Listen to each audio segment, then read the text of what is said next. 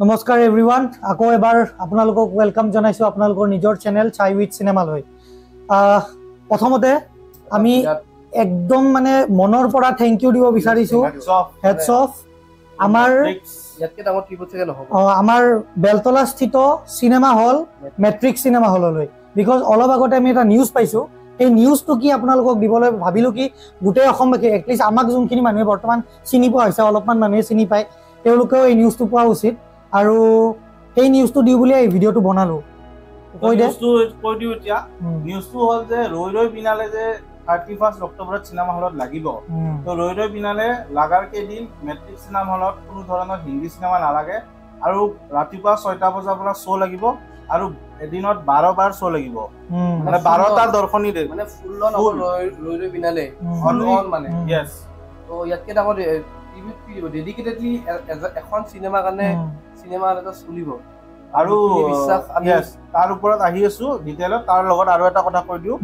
second নিউজটো হল যে book মাই shot এই মুভিখনৰ ৰৈ ৰৈ বিনালে আপকামিং মুভি জুবিনৰ এখন লিস্টিং হৈ গৈছে অলৰেডি গতিকে তাত অলৰেডি 10.7,000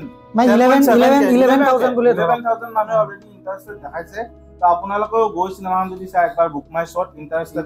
দেখাই দিয়ক যাতে আমি আৰু বেছিকে স্ক্ৰিনিং পাও যেতিয়া বেছি মানুহ স্ক্ৰিনিং ইন্টাৰেস্টেড দেখাব আমি স্ক্ৰিন বেছিকে পোৱা মানে সক্ষম হ'ম আৰু আমাৰ সব মানুহে একেলগে চাব হয় এতিয়া আমি ফাৰ্স্ট টপিকটোৰ ওপৰত যে স্ক্ৰিনিংৰ কথা ৰৈ ৰৈ বিনালে মেট্ৰিক সিনেমা হলৰ তাৰ ওপৰত আমি কন্টিনিউ কৰো এতিয়া তো হে স্টেপ কথাটো হৈছে যেহেতু মেট্ৰিক সিনেমা হলে এটা লাক্সাৰি সিনেমা হলে আমি ডাঙৰ সিনেমা হল গতিকে তেওঁলোকে যদি এইটো সিদ্ধান্ত ল'ব পাৰে জুবিন দাক আমাৰ ট্ৰিবিউট দি কিনে তেওঁৰ মুভিখনে অকল গোটেই 12টা দৰ্শনী দেখাবৰ কাৰণে তেনেহলে বাকিবোৰ সিনেমা হলে নোৱাৰিব নেকি বাকিবোৰ আছে বাকিবোৰেও পাৰিব আমাৰ অনন্ত সিনেমা হল আছে তাৰপিছত আমাৰ আইডিও সন্দিকৈ আছে যোনবিলাক আমাৰ প্ৰপাৰ পিওৰ অসমীয়া আমাৰ মাটিৰ পৰা উঠা সিনেমা হল তো তেওঁলোকেও পাৰে কাৰণ কিয় এইখন মুভি অকল মানে পুৰা দিনটো এখন মুভি লগোৱা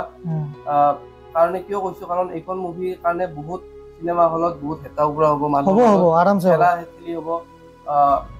অনলাইন টিকেট পোৱা দিগদাৰ হ'ব আজি আমি অনলাইন টিকেট কাটিব পাৰো আমাৰ মা দেউতা বা কোনোবা নোৱাৰিব পাৰে সবে অনলাইনটো নাজানে প্ৰিফাৰো নকৰে আৰু অফলাইন কাটিব গলে সবে অলৰেডি আজিকালি বাহিৰতে থাকে সবে কাটিব তো এজন মানুহ এখন মুভি চাব নে এমাহ নৰখে তো এনেকুৱা যদি সবে কৰি দিয়ে আৰু আমি এখন জুবিন দাৰ আমি লাষ্ট টাইম দেখা পাম একবাৰৰ কাৰণে দেখা পাম আমি বিচাৰো যে মানুহ যিমান পাৰে সিমান হেপা পলাই চাওক কাৰণ এইখন মুভি মানুহে এবাৰ নাচায় 3বাৰ মান চাব তো সেইকাৰণে মানে আমাৰ টিমৰ ফালৰ পৰা আমাৰ পেনেলৰ ফালৰ পৰা এটাই ৰিকুৱেষ্ট এটা এইটো হিউজ এইটো ডাঙৰ ৰিকুৱেষ্ট হয় একচুয়ালি যদি প্লিজ আপোনালোকে যদি এবাৰ ভাবক কথাটো আৰু এই মুভিখন গোটেইবোৰ মুভি হলতে মোৰ হিচাপত সোল সিনেমা হিচাপে লাগিব লাগে and I don't think মানে যে ৰৈ ৰৈ বিনালৰ সমান কোনোবা এখন সিনেমা এতিয়া মডাৰ্ন বিজনেস কৰি দিব পাৰে আপোনালোকে নোৱাৰি বাহিৰৰ হলিউড আহক টলিউড আহক সব মাৰ খাই যাব হলিউড আহক চেন্ডেলউড আহক সব মাৰ খাই যাব আমি অসমৰ মানুহে সব বাকিবোৰ সিনেমা মাৰ খুৱাই পঠাম অকল এখনে মুভি চলিব এইখন হল ৰৈ ৰৈ বিনালে জুবিন দাৰ আৰু সেই মুভিখনকে আমি ইমান ওপৰলৈকে লৈ যাম বাকি বাহিৰৰ মানুহবিলাকেও চাবলৈ বাধ্য হৈ যাব আৰু এটা কথা মই নিশ্চয় এই মুভিখনক লৈ যদি আপোনালোকে পাৰে মই কনচাৰ্ন অথৰিটিক কৈছো কোনো ধৰণৰ যাতে টিকেটত টেক্স নাৰাখে ইম্পৰ্টেন্ট কথা জিএসটি ফ্ৰী কৰি দিও হয় জিএসটি ফ্ৰী কৰি দিও যদি পাৰে যাতে সৰু সৰু মানুহেও যাৰ টিকেট কাটিব কাৰণে দুবাৰ ভাবিব লাগে জুবিন দা সদায় আমাৰ মানুহৰ মানুহ আছে ডাঙৰ মানুহ নাছিল সদায় আমাৰ কমন মানুহৰে মানুহ যাতে সৰু মানুহখিনি যোনখিনি জুবিন দাই ওচৰবা লগ পাইছে যোনখিনি জুবিন দাৰ লগত একেলগে সেলফি উঠিছে এইখিনি মানুহে যাতে আজি চাব পাৰে এইবিলাক মানুহ চাগে কেতিয়াবা প্ৰথমবাৰ লাইভত চাগে চিনেমা দেখা কিছুমান মানুহ হয় এই দুটাই আবেদন এটা হল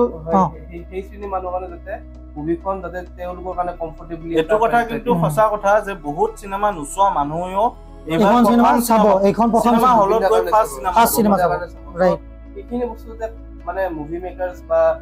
আমাৰ অথৰিটি কনচাৰ্ন অথৰিটি চিনেমা হলত তেওঁলোকে যাতে এইখিনি ধ্যান ৰাখে যে সবে যাতে সমান কৰি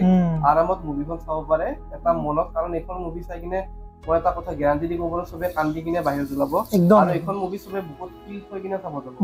তো এইখন মুভিৰ ক্ষেত্ৰত কোন যাতে বিজনেছত বৰ এটা আৰু যাতে প্ৰাইস টিকেট প্ৰাইস যাতে বহুত হাই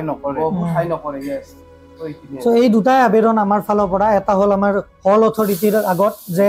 আপোনালোকে এবাৰ কাইণ্ডলি ভাবি চাব কথাটো যদি পাৰে মুভিখন লগাওক মানে গোটেইকেইটা শ্ব' আমাৰ ৰৈ ৰৈ বিনালেৰ কাৰণে ৰাখক আৰু দ্বিতীয়তে আমাৰ চৰকাৰৰ কাৰণে এইটো আবেদন যে পাৰিলে এই মুভিখনৰ টিকেটবোৰ GST ফ্ৰী কৰি দিয়ক যাতে সৰু শ্ৰেণীৰ মানুহখিনিও চাব পাৰে আৰু মোৰ ফ্ৰেণ্ডে ক'লে অলৰেডি যে এনেকুৱা বহুত মানুহ থাকিব যোনে এইখন জুবিনদাৰ মুভি বুলি চাব যাব লাষ্ট টাইম হলত যাব আৰু তেওঁলোকৰ লাষ্ট টাইম চাব যাব জুবিনদাৰ মুভি হলত আৰু তেওঁলোকৰ কাৰণে হলত চোৱা ফাৰ্ষ্ট টাইম হ'ব ইয়াৰ পিছত আৰু চিনেমা চাব নাযায় কাৰণ জুবিনদাক মৰমৰ কাৰণে যাব তাৰ বাদে মই নাভাবো আমাৰ অসমীয়া মানুহ জুবিনদাতকৈ ডাঙৰ কোনোবা যেনে মই মোৰ দেউতাৰ উদাহৰণটোৱে যদি দিওঁ এনেকুৱা টাইপৰ তেনেকুৱাই আৰু যিমান ডাঙৰ ষ্টাৰ হ'লেও আমাৰ দেউতাকে কেতিয়াও নাযায় এইখনৰ কথা এইখিনি কৈ কিনে আমি সামৰিছোঁ জয় জুবিনদা থেংক ইউ জয় জুবিনদা জয় আই অসম Audio Jungle